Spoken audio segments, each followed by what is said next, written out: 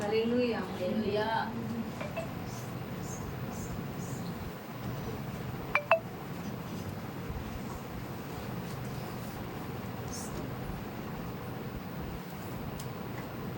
యోహాను రాసిన 3వ పత్రిక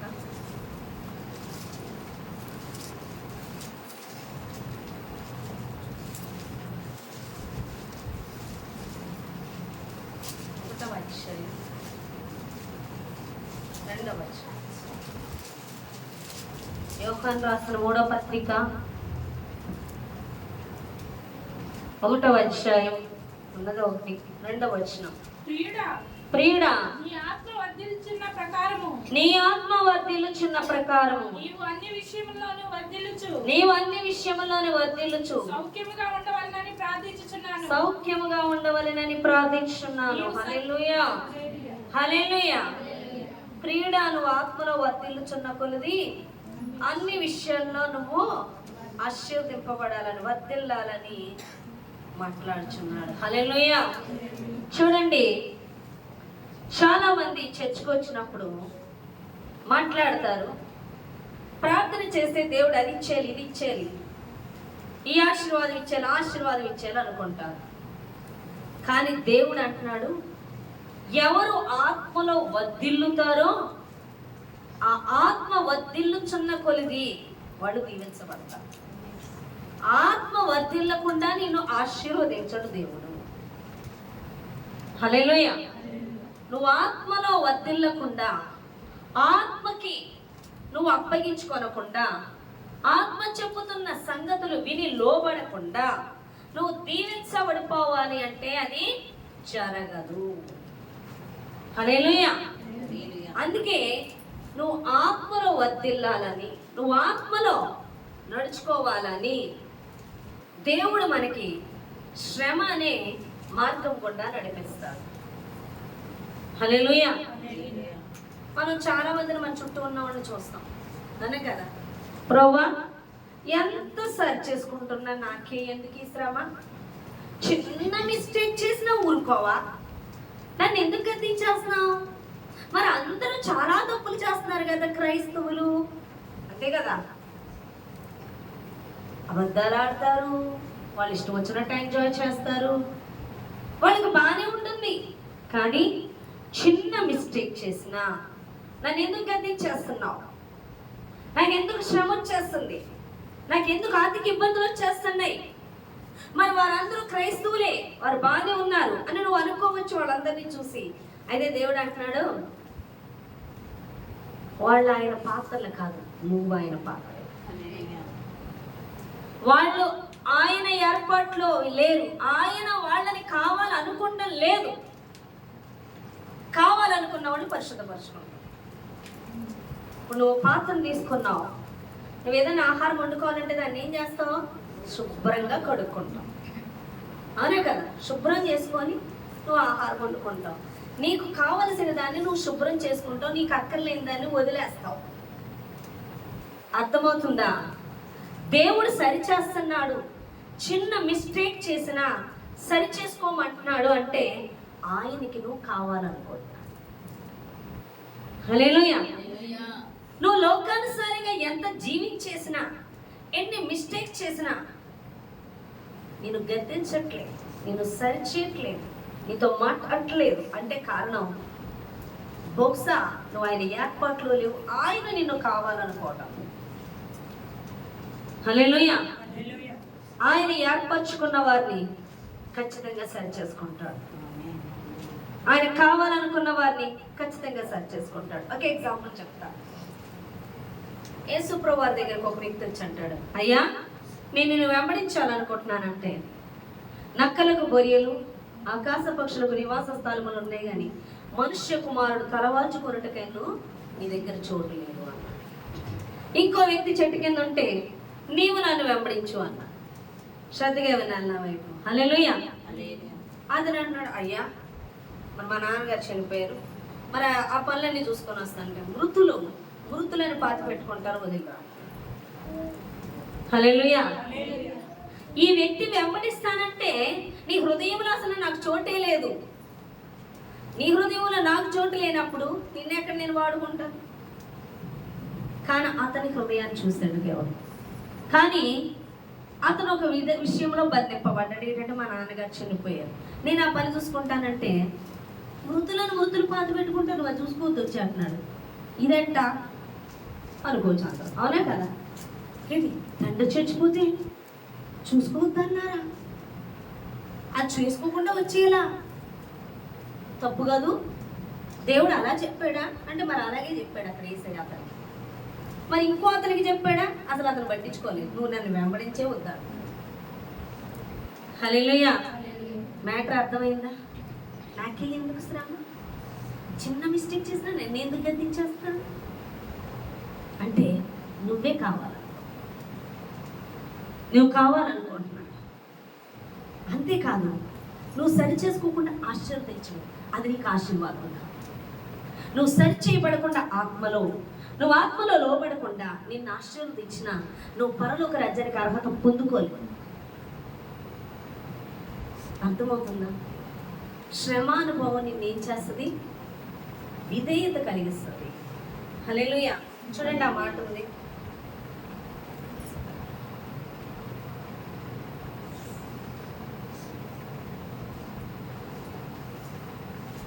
స్తోత్రాలు స్తోత్రాలు స్తోత్రాలు.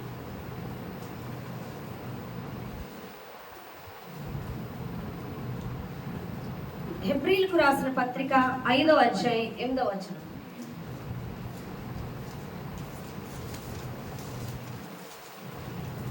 హెబ్రీలు రాసిన పత్రిక 5వ అధ్యాయం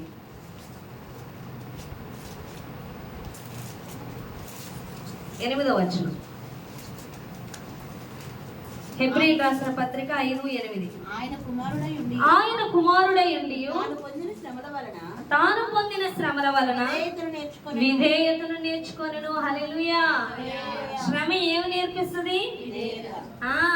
శ్రమలు కలిగిన వాడికి విధేయత ఎక్కడ వస్తుంది? ఇలా ఉండాలంటే దేవుడు చెప్పాడా? ఇది ఇలా ఉండమని దేవుడు చెప్పాడా? నీకు చెప్పాడా? మరి లోకమంతా అలా ఉంటున్నారు కదా, నీకెట్టా చెప్పారు అని అడుగుతారు. ఒక వ్యక్తి అడుగుతున్నాడు, నీకేం చెప్పాడు, ఇదేంటి బోధ ఏంటి అని అడుగుతున్నాడు. హల్లెలూయా. చదివితే తెలుస్తుంది, ఆత్మలో గ్రహింపుంటే తెలుస్తుంది, నువ్వు ఆత్మలో బతికితే తెలుస్తుంది. సచిన్ నీకేం తెలుస్తుంది? హల్లెలూయా.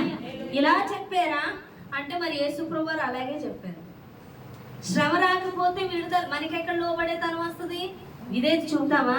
శ్రమ వస్తే ఏమంటా? ప్రభువా ఏది చెప్తే అది చేస్తాను, నువ్వు ఎలా ఉండమంటే అలా ఉంటాను, నువ్వు ఎక్కడికి వెళ్ళమంటే అక్కడికి వెళ్తాను, నిన్ను దాటి నేను వెళ్ళనయ్యా అంటావు. ఎప్పుడు వస్తుందా విధేయత? హల్లెలూయా. శ్రమ మనకి విధేయత నేర్పుతుంది. మొట్టమొదట దేవునికి విధేయత చూపడం నేర్పిస్తుంది. హల్లెలూయా. శ్రమ మనల్ని ఏం చేస్తుంది? ఆత్మలో వర్ధిల్లడానికి సహకరిస్తుంది. నువ్వు ఎప్పుడైతే దేవునికి విధేయత చూపుతావో, దేవుడు చెప్పినట్టు చేస్తావో, నీ ఆత్మ వర్ధిల్లుతూ ఉంటుంది. ఆశీర్వాదం కావాలా? నువ్వు ఆత్మలో వర్ధిల్లాలి. ఆత్మ నీకు తాకుదలొద్దు, బాహ్యమన్నీ చేసేస్తానంటావు కాదు. నువ్వు ఆత్మలో వర్ధిల్లుతూ ఉంటే అన్ని విషయాల్లో నువ్వు దీవించబడతావు. దేవుడు సమస్తాన్ని సిలువలో ఇచ్చి ఉన్నాడు. అది ఆత్మలో వర్ధిల్లు వానికి సమస్తము అనుగ్రహిస్తుంది. అందుకే పనివాడు జీతానికి పాత్రుడు కాదా? ఆత్మ చెప్పుతున్న సంగతులు చేయించున్న వారు అన్ని విషయాలకిలోనూ దీవెనకు అర్హులు అని దేవుడు మాట్లాడు. అర్థమవుతున్నాయా మాటలు? హల్లెలూయా. నువ్వు ఆత్మలో వర్ధిల్లాలి. నువ్వు ఆత్మలో వర్ధిల్లాలంటే దేవుడు నిన్ను పాత్రగా పిలుచుకున్నాడు. ఎవరో? యేసయ్య. నువ్వు కావాలి ఆయనకి. నీ ద్వారా ఆయన లోకానికి చూపించుకోవాలనుకున్నాడు. నువ్వు వెలుగా కానే కాదు, వెలుగైన యేసు నీలోకి వచ్చినప్పుడు ఆ వెలుగుని నీ ద్వారా ప్రకాశింపచేయాలి. ఎందుకంటే లోకమంతా చీకటై ఉన్నది. ఈ లోకానికి చీకటైన ఈ లోకానికి వెలుగు రావాలంటే ఆయన నిన్ను పిలుచుకుంటున్నాడు. నీ ద్వారా ఈ లోకానికి వెలుగుని ప్రవహింపచేయాలనుకుంటున్నాడు. హల్లెలూయా. అందుకే నీ నోటి మాటలు సరిగ్గా లేకపోతే సరి చేస్తాడు, నీ నోటిని సరి చేస్తాడు. ఎందుకంటే ఆ నోటి ద్వారానే స్వార్థ వెళ్ళాలి. నువ్వు ఏం మాట్లాడుతున్నావో దాన్ని బట్టి నిన్ను సరి చేస్తాడు. నువ్వు ఏం వింటున్నావో కూడా సరి చేస్తాడు. చెడ్డ విన్నా కూడా ఊరుకోడు. లోక సంబంధమైన విన్నా, లోక సంబంధమైన మాటలాడినా దేవుడు ఊరుకోడు. ఎందుకంటే ఈ చెవులు ఆత్మ చెప్పుతున్న సంగతులు వినాలి, ఈ నోరు ఆ చెప్పుతున్న సంగతులను ప్రచురము చేయాలి, ఈ కాళ్ళు ఆయన వెళ్ళమన్న చోటికి వెళ్ళాలి, ఈ చేతులు ఆయన చేయమన్నవి చేయాలి, ఈ దేహము ద్వారా, ఈ సమస్తము ద్వారా నువ్వు యేసుని ప్రకటింప చేయాలి. ఆయన సుగుణాలు, ఆయన ప్రేమ, ఆయన ఆయన యొక్క దయ, ఆయన యొక్క కనికరము, ఆయన యొక్క మనకిచ్చిన నిత్యరాజ్యము, ఆయన ప్రాణత్యాగము, ప్రతిదీ నీ ద్వారా బయలు వెళ్ళాలి. అనేకులకు అది వెలుగు కావాలి. నువ్వు ఎప్పుడైతే దాని మీద దృష్టి పెడుతుంటావో, ఏ దినముకు ఏది కావాలో నువ్వు అడగక్కర్లేదు. నీకు ఈరోజు 10 కావాలా, 100 కావాలా ఇస్తాడు, రేపు 1,00,000 కావాలా ఇస్తాడు. ఇచ్చుటకు సమర్థుడు, ఎప్పుడో ఇచ్చివేసి ఉన్నాడు. నువ్వు ఆత్మ చెప్పుతున్నట్టు లోబడితే నువ్వేమని అడుక్కోని అవసరం లేదు. సమస్తము నిన్ను వెంబడిస్తాయి, నువ్వు వాటిని వెంబడించిన అవసరం లేదు. నువ్వు వెంబడించవలసిన ఆత్మని, నువ్వు వెతకవలసిన ఆత్మని, నువ్వు వెళ్ళవలసిన ఆత్మ వెంబడి. అందుకేగా దేవుడు అంటున్నాడు, అన్యజనులు ఏమి తిందువా, ఏమి త్రాగుదామా అని వాళ్ళు ఏడ్చినట్టు మీరు ఏడక, నా నీతిని, నా రాజ్యాన్ని వెతకండి, నా రాజ్యాన్ని విస్తరింప చేయడానికి మీరు ప్రయాస పడండి. ఆత్మ చెప్పుతున్న సంగతులు వినువారై నా ఆత్మను మీలో నుండి ప్రవహింపనిమ్మని దేవుడు మాట్లాడుతున్నాడు. ఈరోజు దేవుని ఆత్మకి మనమే ఆటంకంగా ఉంటున్నాం, మనమే ఆటంకంగా ఉంటున్నాం. ఆయన సువార్త చెప్పడానికి వీలు లేకుండా నీ నోటిని బంధిస్తున్నాం. ఈ చెవులు ఆయన స్వరాన్ని వినకుండా ఈ చెవులతో లోకాన్ని వినిపింపజేస్తున్నాం. ఈ తలంపులన్నీ లోక సంబంధమైన, దేహ సంబంధమైన ఆలోచిస్తూ కూడా దేవుని ఆలోచన చేయనివ్వకుండా, నీ ఆలోచన ద్వారా ఆయన చిత్తము నెరవేర్చబడకుండా నువ్వు అడ్డగిస్తున్నావు. నీ దేహమే, నువ్వే ఆయన ఆత్మ ప్రవహించకుండా ఆటంకంగా ఉన్నప్పుడు ఆశీర్వాదం ఎక్కడి నుంచి వస్తుంది? నువ్వు ఆశీర్వదింపబడాలంటే నీ ఆత్మ వర్ధిల్లాలి. అది నీకు ఇహమందు పరమందు క్షేమం. ఆత్మ వర్ధిల్లకుండా దీవెనలు పొందేసుకున్న వాళ్ళు చూసి మరి వాళ్ళు సరి చేసుకోకుండా అంటే వాళ్ళు వెళ్తారు నరకానికి, నువ్వు వెళ్తావా? వాళ్ళు వెళ్తారు నరకానికి, నువ్వు వెళ్తావా? నరకమొద్దు, పరలోక రాజ్యం కావాలంటే పరమందు దేవుడు ఏది చెప్తున్నాడో ఆ చిత్తము చేయవానిగా నువ్వు ఉండాలి. వాళ్ళు లోకం చెప్తున్నట్టు చేస్తూ చర్చకు వచ్చినంత మాత్రాన వాళ్ళు ఆత్మచేతే నడిపించబడుతున్నారని నువ్వెలా అనుకుంటున్నావు? యేసు ప్రభు వారి దగ్గర ఉన్న ఇస్కరియోతు యోధ పరలోక రాజ్యానికి అర్హుడని నువ్వు అనేసుకున్నావా? మరి అనేసుకుంటే యేసు ప్రభు వారి దగ్గర ఉన్నవాడే ఏమయ్యాడు? నరకప్రాయుడు. ఇక్కడ చర్చిలోకి వెళ్ళిన వాళ్ళందరూ తెగ దీవించబడిపోతున్నారు. వాళ్ళు ఇష్టానుసారంగా జీవించినా సరే అనుకుంటే వెళ్తారు వాళ్ళు నరకానికి. దేవుడు చెప్పింది చెయ్యకపోతే, దేవుడికి అప్పగించుకోకపోతే. హల్లెలూయా.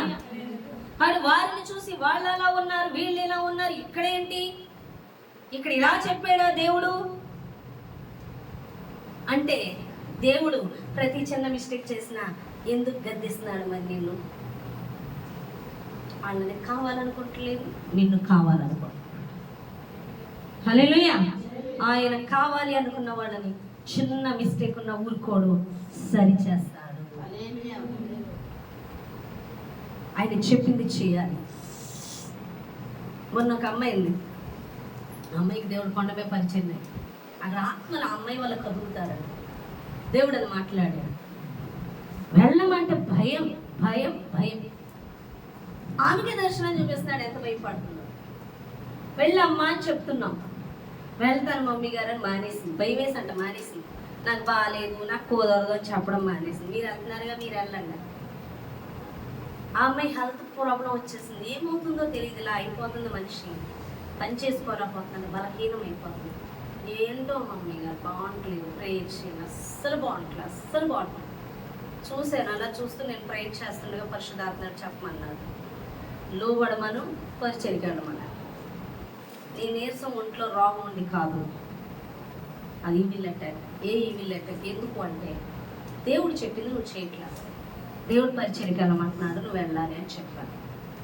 వెళ్ళు, నీకు అనారోగ్యం ఉంటే అప్పుడు నాతో చెప్పాలి. నిజంగా వెళ్ళడం మొదలెట్టింది లోబడి హెల్త్ మామూలుగా వస్తుంది, బాగుందా మనిషి, అర్థమైంది, తెలిసింది, చూసింది. మళ్ళీ మొన్న శబన నా దగ్గర ఉంది, వస్తున్నా అంటే వస్తున్నానండి. సరే అని ఈ అమ్మాయి నా దగ్గర ఉంది, తను అక్కడికి వస్తే ఆ మధ్యలోనే ఇద్దరు కలిసి వెళ్దామని చూసి మళ్ళీ ఫోన్ చేస్తే ఎత్తట్లా. వస్తుందా లేదా ఈ అమ్మాయి, వస్తుందా లేదా అని చూసింది, ఎత్తలే. ఎంతసేపటికి చివరికి లాస్ట్లోకి టైం అయిపోయి పెళ్ళి వెళ్ళిపోతూ ఫోన్ చేస్తే రావట్లా అని చెప్పి అది చాలా దుఃఖం వేసింది. ఇంత చెప్పాము, ఇంత హెల్త్ చూసింది, ఇన్ని చూసింది. అరే దేవుడే మాట్లాడుకో, వదిలేసింది. మొన్న చెప్తుంది అమ్మాయి కళలు వచ్చాయంట. ఏ కళలు అంటే తను ఏ ప్లేస్కి వెళ్తుందో ఆ ప్లేస్కి బస్సు మీద ఒక లేడీ బస్సుని ఎలాగ నడపాలో నేర్పిస్తున్నాను. అంటే నాకు రాదు, నాకు చెప్పడం రాదు, నేను చెప్తే వింటారా, కదులుతారా అని దేవుడు ఎలమంటుంటే చెప్తుంది సమాధానం. దేవుడే దగ్గరుండి డ్రైవ్ చేయడం నేర్పిస్తుంది. తను ఏ ప్రాంతానికి వెళ్తుంది ఆ ప్రాంతం అంతా ఎదురు పడుకొని ఉన్నాయి. అనగా అపవాది ఆ ప్రాంతం అంతా నువ్వేం చేయాలి, బంధించి ప్రార్థన చేయాలి, ఆ ప్రాంతాన్ని విడిపించాలి. నువ్వు అది చేయడం నీకే చూపిస్తున్నాడు అవన్నీ. ఆ కళ చూపించాడు. నెక్స్ట్ ఈ అమ్మాయి వెళ్ళలేదు కదా, కళ సముద్రంలోంచి మురికి నీరు గాడ్జిల్లాసం ఆ అమ్మాయి ఇంట్లోకి వచ్చేసేయాడు. వాటిని చూసి భయపడిపోయి ఈ అమ్మాయి బయటకు వచ్చేసి ఫోను కీసు తీసుకొని, కీసు ఫోను కిటికీలో ఉంటే అవి బయట నుంచి జాగ్రత్తగా తీసుకొని బయటకు వస్తాయి. అలా వచ్చేయండి. దేవునికి లోబడకపోతే, దేవుడు చెప్పింది చెయ్యకపోతే విలువ లేని చోట ఆయన ఉంటాడా? మీ ఇంట్లో ఎవరైనా వ్యక్తి ఉంటారా ఆయన చెప్పింది ఎంటలే నాకు విలువ లేని చోట నేను వెళ్ళిపోతాను, అవునా కదా? ఇప్పుడు దేవుడు హృదయంలో ఉండి ఆయన చెప్పింది చేస్తూ ఉన్నప్పుడు మనం చెయ్యాలి. ఆ హృదయానికి చోటు ఎవరికి ఇస్తుంది?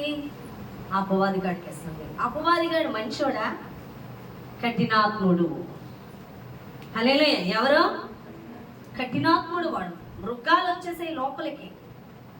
ఎప్పుడైతే యేసు చెప్పింది వినమో మన హృదయంలోకి వాడు ప్రవేశిస్తే మన హృదయాలు కఠినమైపోతే మూర్ఖ స్వభావం వచ్చేస్తుంది. చాలా మంది ఇక్కడి నుంచి అపవాది స్వాధీనపరచుకొని బయటికి వెళ్ళిన తర్వాత వాడు చాలా వ్యతిరేకంగా లెగుస్తారు నా మీదకి. క్రూరత్వం అంతా వెళ్ళగక్కేస్తూ ఉంటారు. అదేంటి అంత సాఫ్ట్గా ఉన్నారు, అంత మంచిగా ఉన్నారు, ఇక్కడ బయటికి వెళ్ళాక ఇంత కర్కశం అంటే ఆ కర్కశము కఠినాత్మ హృదయం ఎక్కడి నుంచి వచ్చింది?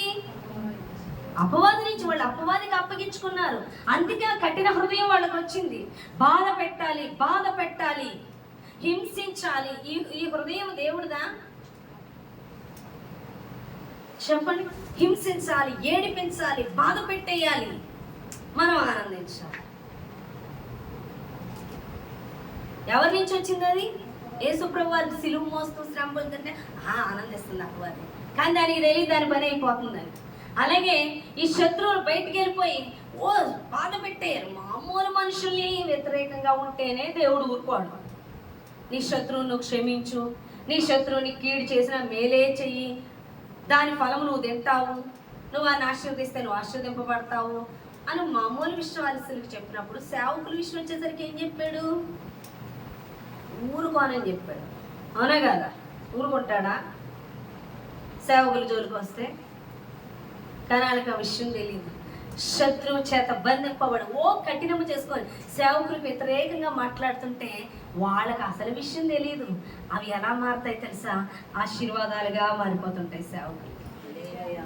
వీళ్ళు ఏం చేస్తారు? అంతకంతకు ఆత్మీయ మెట్లు ఎక్కుతుంటారు, వాళ్ళంతకంతకు మెట్లు దిగజారిపోతూ ఉంటారు. ఆ విషయం అనేది మౌది. హల్లెలూయా.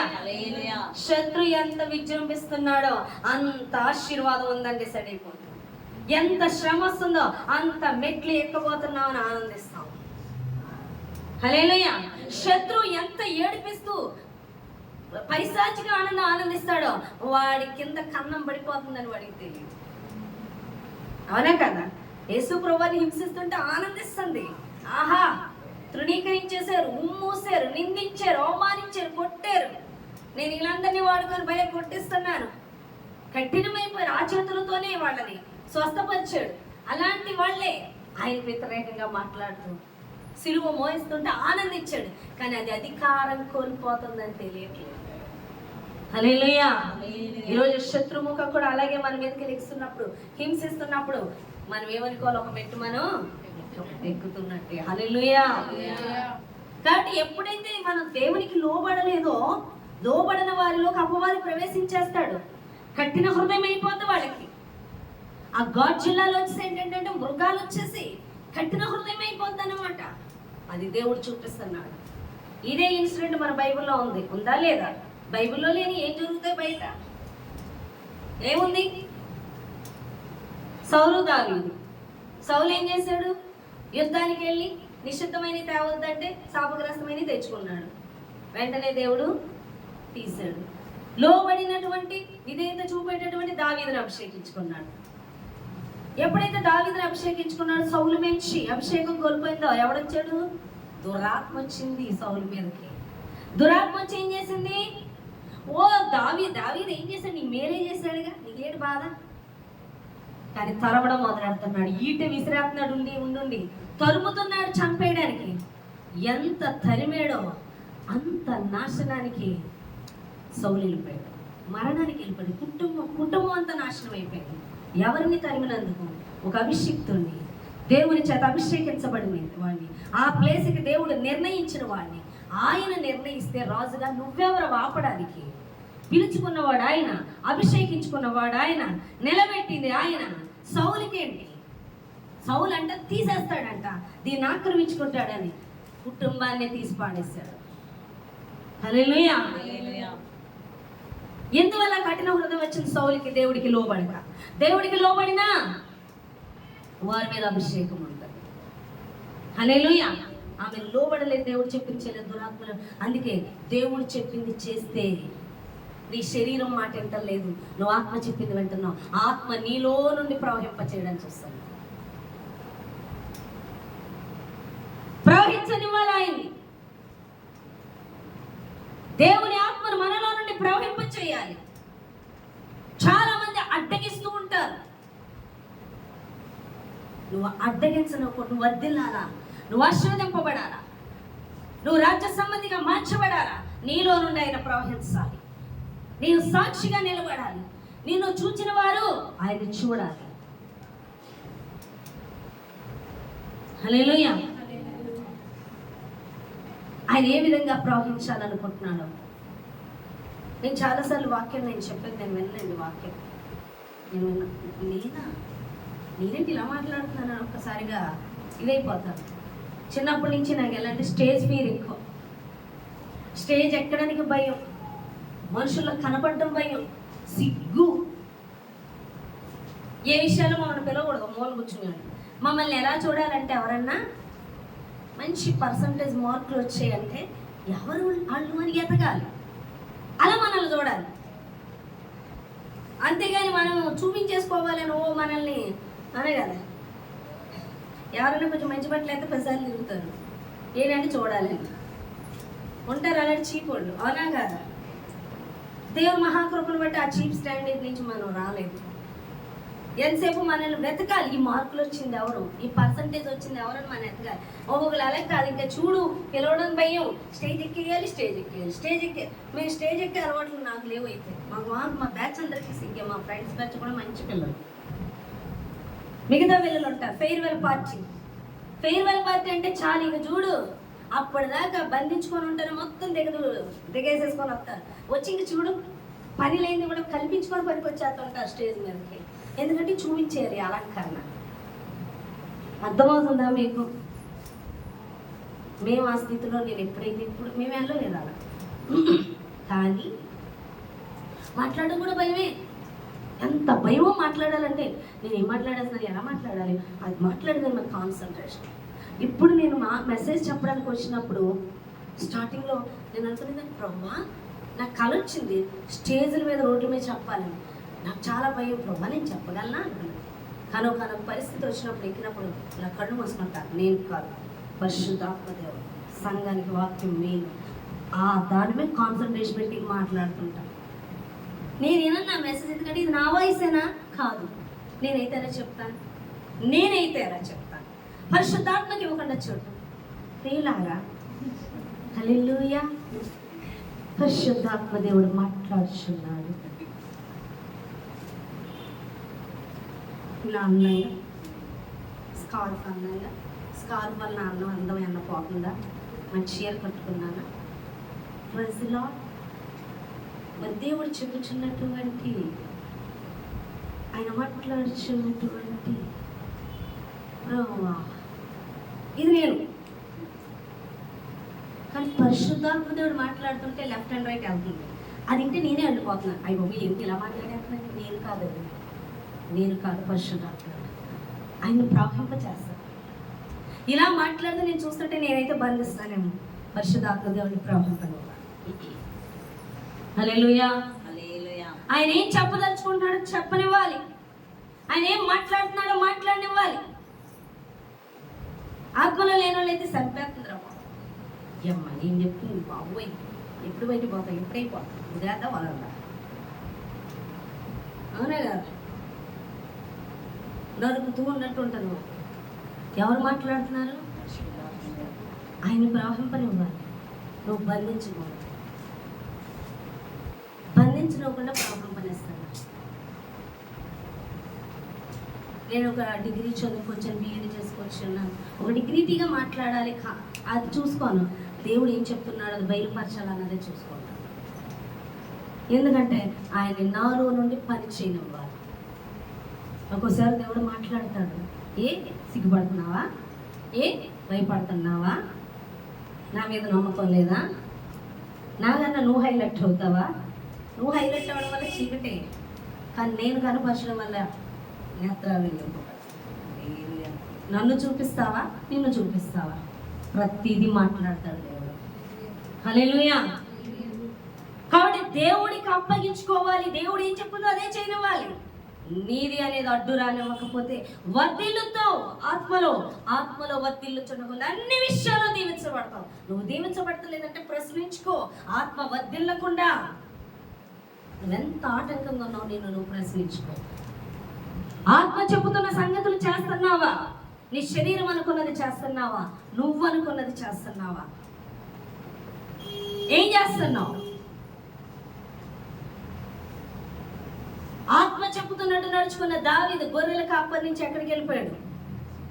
ఆత్మ చెప్తున్నట్టు నడుచుకున్నప్పుడు అంటున్నాడు, యెహోవా నా కాపరి, నాకు లేమి కలుగుదు, నా గిన్నె నిండి పొంగి పొరలిపోతుంది. హల్లెలూయా. అంతగా సరి చేసుకుంటాడు ఆయన. రోజు నువ్వు సరి చేయబడుతున్నావు అంటే నేను వాడుకోవాలని అనుకుంటున్నాను. ప్రతి విషయంలో నిన్ను డీల్ చేస్తున్నాడు. ఎంత అంటే నీ ఎముకల్లో ఉన్న మూలుగులతో సహా డీల్ చేస్తాడు దేవుడు. మొన్న ఒక అమ్మాయి ఒక కళ చెప్పింది. ఏంటి ఆ కళ అంటే, ఆ అమ్మాయి ఇంటికి ఒక పెద్ద ఆయన ఒక యవ్వనస్తుడు వచ్చారంట. ఒక ఫైల్ తీసుకొని పెద్ద ఆయన కామ్గానే ఉన్నారంట, కానీ ఆ యవ్వనస్తుడు అంటంట ఇంట్లోకి వచ్చారంట. ఇలా డ్రైనేజ్ ఇలా మూతలాగా ఉంటుంది కదా, హోల్ లాంటిది. ఆ మూత మూత తీ అంటున్నాంట. ఈవిడ ఇలా బిత్తరపోయి చూస్తుందంట. ఆ పెద్ద ఆయన కామ్గా సరే అంటున్నాడు. తీస్తావా లేదా, నువ్వు తీ అని. అది తీసే వరకు ఊరుకుంటలేదంట. అది తీసాక మురికి వాటర్ వచ్చేస్తుందంట అందులోంచి. ఆ మురికి వాటర్ అంతా కూడా పోతుందంట పొర్లుకుంటూ. చాలా వాటర్ పోతుందంట. పోయిన తర్వాత ఆమె బయటికి వెళ్ళి చాలా వాటిలో నీళ్లు పట్టుకుందంట, లోపలికి తెచ్చుకుందంట. ఇంట్లో కూడా పడదాం పంపులు అని చెప్పి ఇంట్లోకి రాబోతుకి ఇంట్లో మురికి నీరు లేదంట. చక్కగా కడిగేసినట్టు అయిపోయి ఇంత ఎత్తు వాటర్ వచ్చేసిందంట. అప్పుడు ఆయన అంటున్నారంటే యవనస్తుడు వచ్చి, రామ్మా ఇప్పుడు నీ పేరు చెప్పు, ఈ యొక్క ఫైల్లో నేను రాసుకుంటాను నీ పేరు అని చెప్తున్నారు. అలా వచ్చిందమ్మా నాకు అర్థం కాదా. దేవుడు బాహ్యాన్ని ఒకటే కాదు సరి చేసుకోవడం, అంతరంగాన్ని కూడా సరి చేసుకోమని దేవుడు మాట్లాడు. పైకి చాలా మంది నవ్వుతూ ఉంటారు, అవునా కదా? వందనాలమ్మా, బాగున్నారండి, పనికి మారింది అనుకుంటారు మనసులో. అనుకోరా? ఎంటారా? దీనికి ఎదవ ఎక్స్ట్రాలు ఎక్కువ ప్రైజ్ లాగా అంటారా అన్నారా? బాహ్యాన్ని చూస్తాడా, అంతరంగాన్ని చూస్తాడా? అనుకోవా? పంటి కింద తిట్టుకుంటాం. దీనికి ఎక్స్ట్రా ఎక్కువ బాగున్నది అంతే. ఏం నేను ఆన్ అనుకుంటాం, అదే డ్రైనేజ్, అవునే కదా. ఆ లోన్దే దేవుడు చూస్తాడు. ఆవిడ ఒక మిస్టేక్ చేసింది, ఏం లేదు అమౌంట్ విషయంలో. తన భర్త ఖర్చు పెట్టేస్తున్నాడని తను తీసుకుందంట. తన భర్తకి చెప్పకుండా అది తప్పు అని దేవుడు చెప్పి సరి చేసుకోమన్నప్పుడు వెంటనే లోబడి సరి చేసుకున్నాక తనకి ఆత్మలు అప్పగించమని ఏడుస్తుంది. ప్రభా నాకు ఒక్క ఆత్మనన్నా అప్పగించాయా, నాకు ఆత్మలు రావట్లేదని. ఎప్పుడైతే ఆ తప్పు సరి చేసుకుందో ఆ మర్నాడు ఆవిడ ఇంటికి రావడిని ఎప్పుడు అడగదంట. ఆ రోజు అడిగితే నేను 2 నెలల నుంచి ప్రార్థన చేస్తున్నానండి, దేవుడి సన్నిధి ఎక్కడికి తీసుకెళ్తావా అని మీరు చెప్పారు, సరే నేను వస్తానని వచ్చి ఈరోజు ఆవిడ అంటుంది నాకు మంచి సన్నిధికి తీసుకొని వచ్చారు.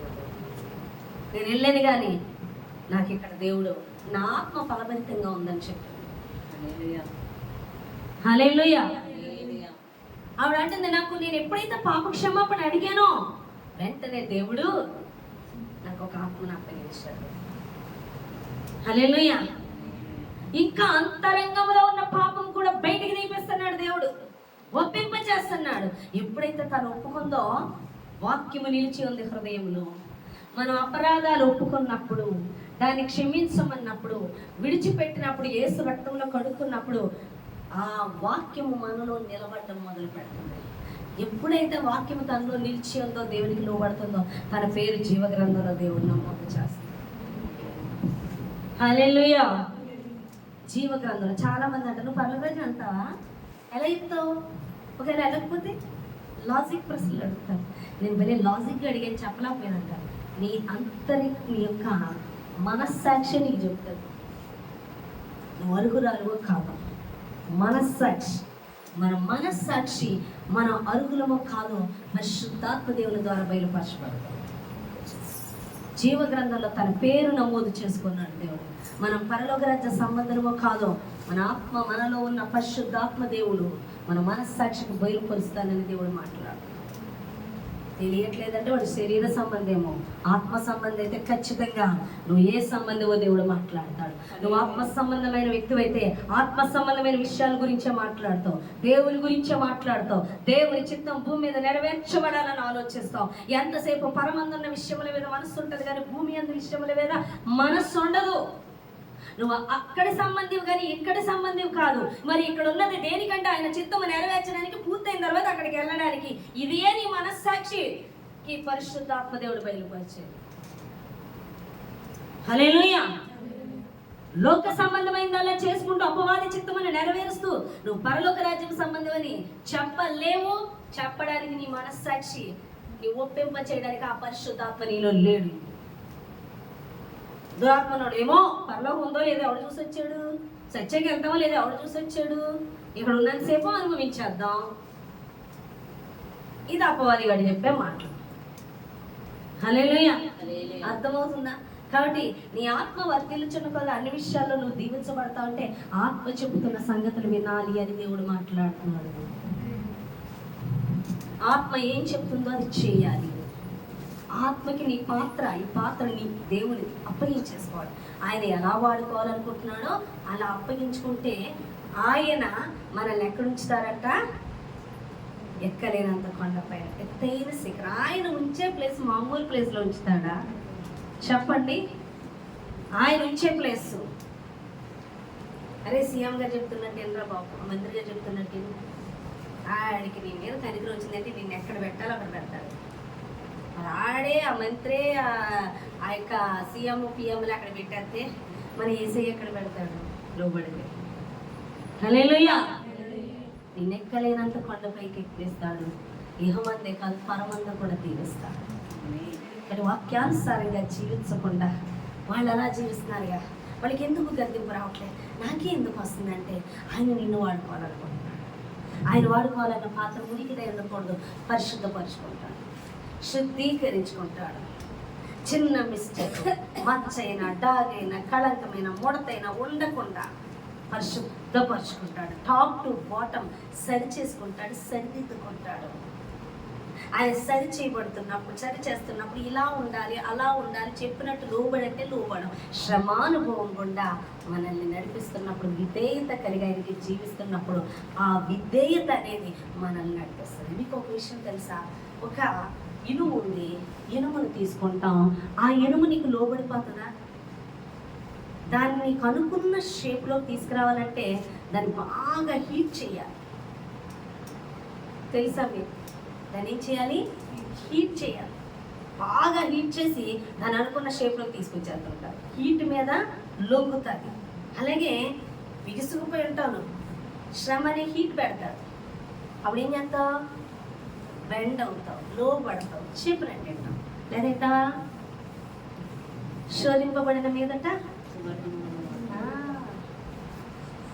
శోధింపబడిన తర్వాత మనం ఎలా మారిపోతాము? సువర్ణం అయిపోతాం. శోధన అంటే, శోధింపడంటే యొక్క శ్రమలో నువ్వు ఆయన కనుక్కున్న మాత్రగా నువ్వు ఇదే అయ్యా నువ్వు చెప్పినట్టు నేను చేయమంటే చేస్తా, నేను లోబడతా అనే కదా. నాకు వచ్చింది శ్రమ, ప్రభువా ఏం చేయాలో చెప్పు, నేను లోబడతా. వచ్చేసాను లైన్లోకి. ఏం చేయాలి? ఇది చేయాలి. ఓకే చేస్తా. అది చేయాలంటే ఏం చేయాలి? అది చేయడానికి రెడీ అవుతున్న శత్రువు ఎదిరించాలి. ఏం చేయాలి? అర్పణ, సమర్పణ, లోబడుట, ఇదే ఎవ్రీథింగ్ చెప్పుకుంటూ వస్తున్నాడు. హల్లెలూయా. ఆత్మను అప్పగించుకుంటూ వస్తుంది. అర్థమవుతుందా? హల్లెలూయా. కాబట్టి నువ్వు దీవించబడాలా? బహుగా దీవించబడతావు. ఆయన యావదాస్తికి, ఆయన అధికారానికి, సమస్తానికి నువ్వు అరుకుదాలివే. ఎప్పుడు ఆత్మని వర్ధిల్లనివ్వాలి. ఆత్మని మూసేసి, ఆత్మని నోరు కప్పేసి, నీ శరీర ప్రకారం జీవించేస్తూ, నువ్వు ప్రార్థనలు చేసేస్తూ చర్చకు వచ్చేసి, ఎందుకు అంటే అసలు ఆత్మని నీలో నుండి ప్రవహింపనిస్తున్నావా? ఆత్మ చెప్పుతున్న ప్రకారం నీ యొక్క శరీరాన్ని అప్పగించుకొని నువ్వు వాడుకొని అప్పగించుకుంటున్నావా, లేకపోతే నీలో నువ్వే ఉన్నావా? నీ ఆత్మల వర్ధిల్లని అన్ని విషయాల్లో నువ్వు దీవించబడాలి. నువ్వు దీవించబట్టలేదంటే నువ్వు ఆత్మని మూసేస్తున్నావు, కప్పేస్తున్నావు, మౌనము చేసేస్తున్నావు. నీ శరీరం చెప్పినట్టు, లోకం చెప్పినట్లు నడుచుకొని దేవుని ఆశీర్వాదం కోసం చూస్తే నువ్వు వర్ధిల్లంటే కారణం ఏంటంటే దేవుడు ఇహమందే కాదు మీద పరమందు దీవించాలనుకుంటున్నాడు. ఇహమంది ఆయన పాత్రగా వాడుకోవాలనుకుంటున్నాడు. నిన్ను వాడుకోవాలనుకుంటున్నాడు కాబట్టి శ్రమ అనుభవకుండా నిన్ను నడిపిస్తున్నాడు. కాబట్టి 100% నీ ఆత్మ వర్ధిల్లుట కొరకు నువ్వు కాన్సన్ట్రేషన్ పెట్టు. నీ ఆత్మ వర్ధిల్లాలంటే ఆత్మ చెప్పుతున్నది చేయాలి. ఆత్మ ఏం చెప్తున్నదో అది చేయడానికి నువ్వు సిద్ధపడి నువ్వు అప్పగించుకున్నప్పుడు నువ్వు వర్ధిల్లుతావు.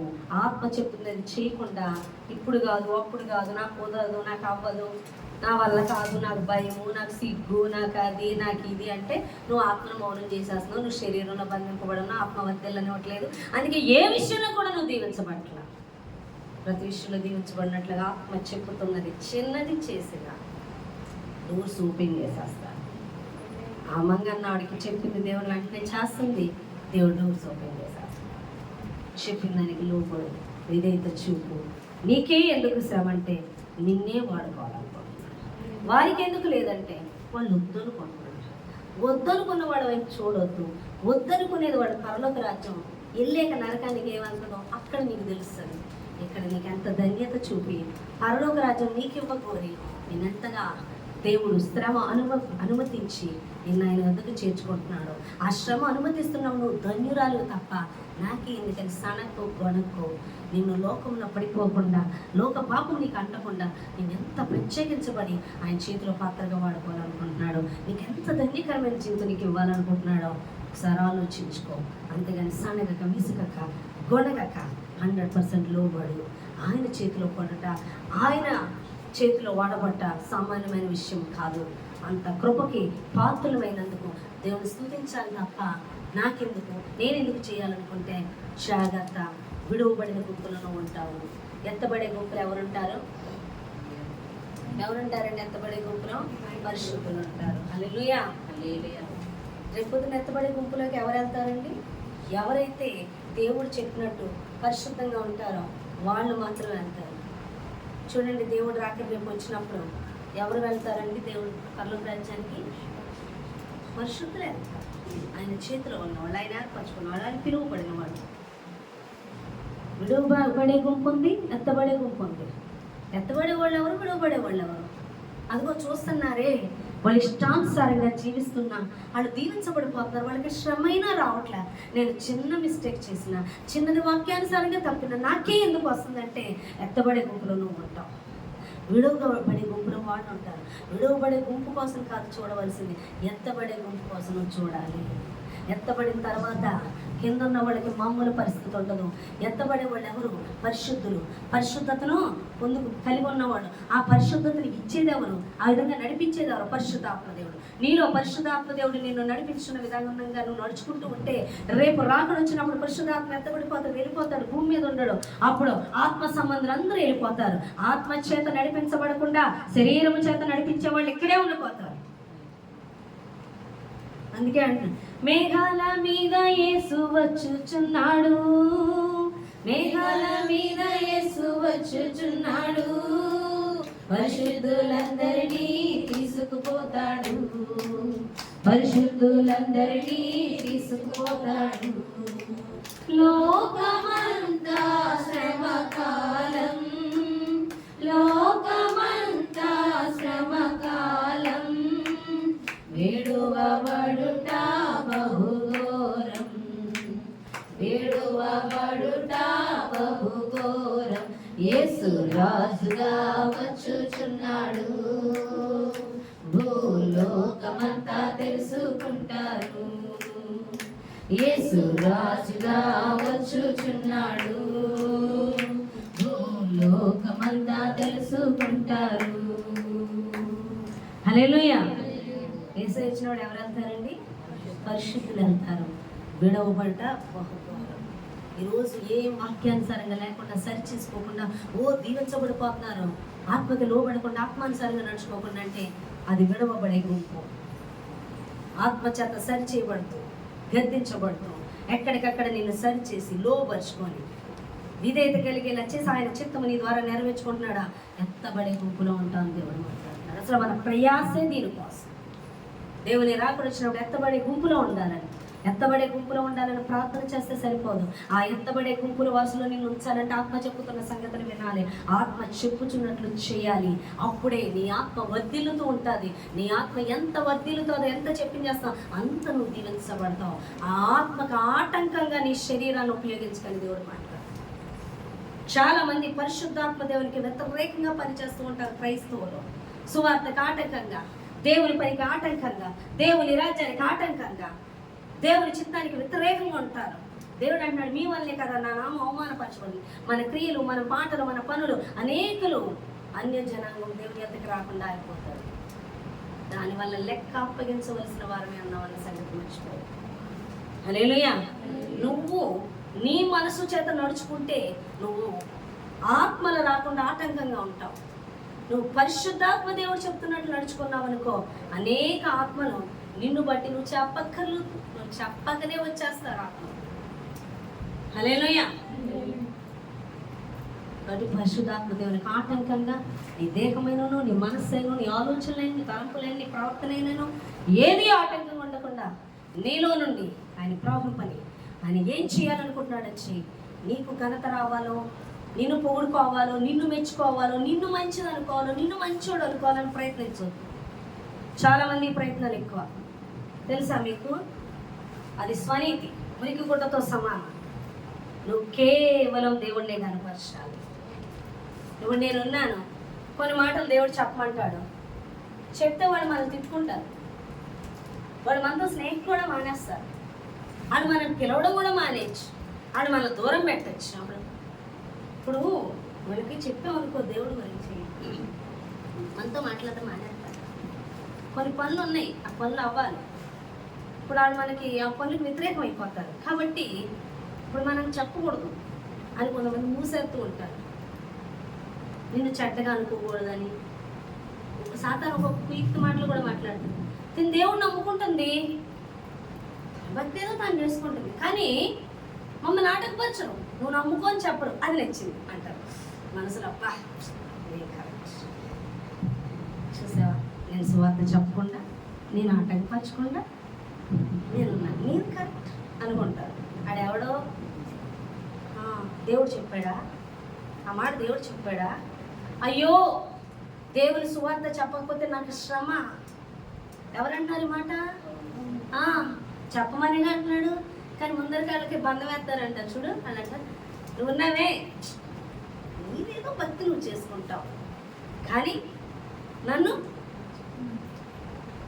మారమంచాం. ఎస్, నీది నచ్చింది నాకు. మరి ఎందుకు దేవుడు యేసుప్రభువు మారు మనసు పొందుకోండి అని చెప్పడానికి వచ్చాడు ఈ లోకానికి? ఎందుకు చెప్పాడు? పరిస్థితులు బట్టి ఆత్మ చెప్తున్నాడు, చెప్పమనే చెప్పాడు. అడ్డదిడ్డంగా నేను చెప్పమని లేదు, ఆత్మ చెప్పుతున్నట్టు నువ్వు వెళ్ళన్నాడు. అవునా కాదా? నీలో నాకు నచ్చింది, మాది నువ్వు తినేస్తావు ఏది పెట్టినా, అందుకే నువ్వు నాకు నచ్చావు. ఒక్కొక్కళ్ళు తినరు, వెరీ గుడ్, మరే తినేసరి. ఎలా సంపాదించాలి ఏంటి అలా సంపాదించాత ఆత్మల్ని? గుడ్డోడు తీసుకెళ్ళినట్టే ఉంటుంది. హల్లెలూయా. గుడ్డోడు తీసుకెళ్ళినట్టే ఉంటుంది. సాతాను ఇలా కూడా మాట్లాడుతుంది. ఉన్నాం కదా మనం, ఎందుకు వచ్చింది ఇప్పుడు వాళ్ళకి? దేవుడు చెప్పమన్నా సరే ప్రభువా వినరు వాళ్ళు. ఏదో అలా గడిచిపోతుంది. ఇప్పుడు వెళ్ళాననుకో రివర్స్ అవుతారు. ఇప్పుడు అవసరమా? నన్ను చెడ్డగా చూస్తారు, నన్ను పురుగులా చూస్తారు. ఏదో మంచిగా గడిచిపోతుంటే గొడవ వదిలిపోతుంది. నువ్వు పెద్ద వేస్ట్ క్యాండిడేట్వి, పెద్ద పిరికి బాధ. అవునా? చాలామంది ధైర్యవంతులు ఉంటారంట, పెద్ద ధైర్యం బా ఏం ధైర్యం లే నీకన్నా. నిజమైన ధైర్యం ఏంటో తెలుసా? యేసును అంగీకరించు. నిజమైన ధైర్యం ఏంటో తెలుసా? యేసును ప్రకటించు. నిజమైన ధైర్యం ఏంటో తెలుసా? సాక్షిగా నిలబడటం.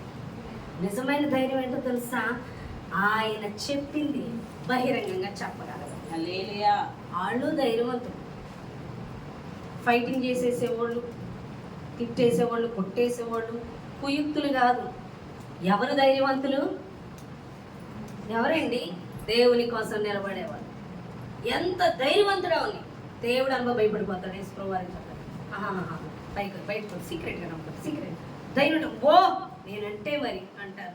దేవుడి గురించి చెప్పమంటే భయం. నిజమైన ధైర్యం క్రీస్తుని స్వీకరించగలరు. అదే గొప్ప ధైర్యం. హల్లెలూయా. అర్థమవుతుంది. వాళ్ళు ధైర్యవంతులు, సువార్త ప్రకటించేవాడు, సాక్ష్యం చెప్పేవాళ్ళు. ఏదో నా ఏసైరా, ఏసై నమ్ముకున్నాకే మేము బాగున్నాం, ఏసై నమ్ముకున్నాకే మా ఇంట్లో దీవెన ఉంది, చెయ్యం ఏసే, నా నమ్మకం నాకే ఏసే దేవుడు, నేను ఇలాగే ఉంటాను చెప్పగలుగుతున్నావా? కలిసిపోతున్నావా?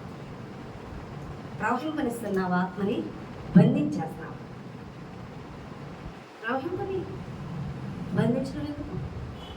బంధిస్తూ ఆయన ఇచ్చే దీవెన పోగొట్టుకొని నువ్వు కష్టపడాలి. నీ కష్టం అంతంత మాత్రమే. ప్రవహింపని. హల్లెలూయా. జాయిస్ మీద జాబ్ చేసేటప్పుడు తను ఒక అబద్ధం ఆడవలసి వచ్చింది. ఆడమని తప్పు రాయమని చెప్పారు. ఇప్పుడు అది రాస్తే దేవుని కోల్పోయినట్టు ఆవిడ ఆత్మలో. రాయకపోతే జాబ్ కోల్పోవాలి. రాత్రికాలం అంతా తర్జన భర్జన అవుతుంది. ఆవిడ ఏం చేయాలి? డిసైడ్ అయిపోయింది జాబ్ వదిలేయడానికి. ఎందుకంటే వాళ్ళు పంపించింది పంపలేదన్నట్టుగా లెటర్ రాయమన్నారు. వాళ్ళు ఎంత పంపిస్తే వీళ్ళు అంత పంపకుండా ఏదో తక్కువ రాసినట్టు ఏదో లెటర్ క్రియేట్ చేయమన్నారు. అది చేసి ఈవిడే పెట్టాలి, కానీ లేదు, వాళ్ళు కరెక్ట్గా పంపారు. ఇప్పుడు నేను అలా చేయనంటే మేనేజర్కి ఎదురు చెప్తూ ఊరుకుంటాడా? జాబ్ తీసేస్తాడు. చేస్తే అంతేగా, దేవుడి నుంచి కోల్పోయినట్టుగా అభిషేకాన్ని. రాత్రంతా ఆలోచించి రిజైన్ లెటర్ ముందే ఈవిడ రాసేసుకొని వెళ్ళేలే, సార్ నేను అలా చేయలేను, వాళ్ళు కరెక్ట్గానే పంపించాను, నేను అబద్ధం చెప్పలేను అని చెప్తే చాలా విసుక్కున్నాడంట. ఆవిడ వెళ్ళిపోయి రిజైన్ లెటర్ రెడీగా రాసి వచ్చిందంట, రాసి ఉంచుకుందంట. ఆయన వస్తాడంట. అప్పుడు ఆయన వచ్చి అన్నాడంట, నువ్వు ఏం రాయాలనుకున్నా అదే రాసి పెట్టలే వాళ్ళకని చెప్పి వచ్చాడు. కొద్ది రోజులకి ఆమెకు ప్రమోషన్ ఇచ్చాడు. ఎందుకో తెలుసా? చాలా నమ్మకమైన మనిషి అది.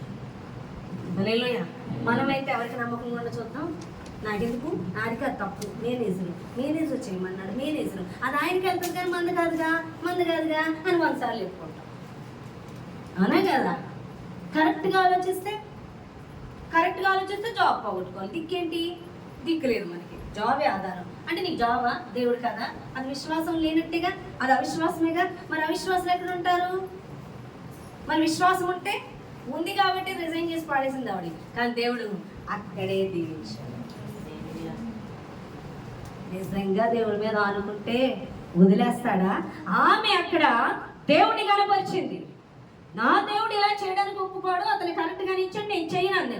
దేవుడిని ఆమె కనపరిచింది, ఆమెను దేవుడు కనపరిచేశాడు. అక్కడ ఆమెని కనపరిచాడు. అలా నిలబడాలి. కొట్టుకుపోదామని చచ్చిన చేప వలె సముద్రంలో కొట్టుకుపోవద్దు, బతికిన చేప వలె ఏటికి ఎదురేదమని దేవుడు మాట్లాడుతున్నాడు. ఈ చిన్న మాటలు దేవుడు దీవించి ఆశీర్వదించును గాక. ఆమేన్. ప్రార్థన చేద్దామండి. వాక్యం ప్రార్థన చేద్దాం.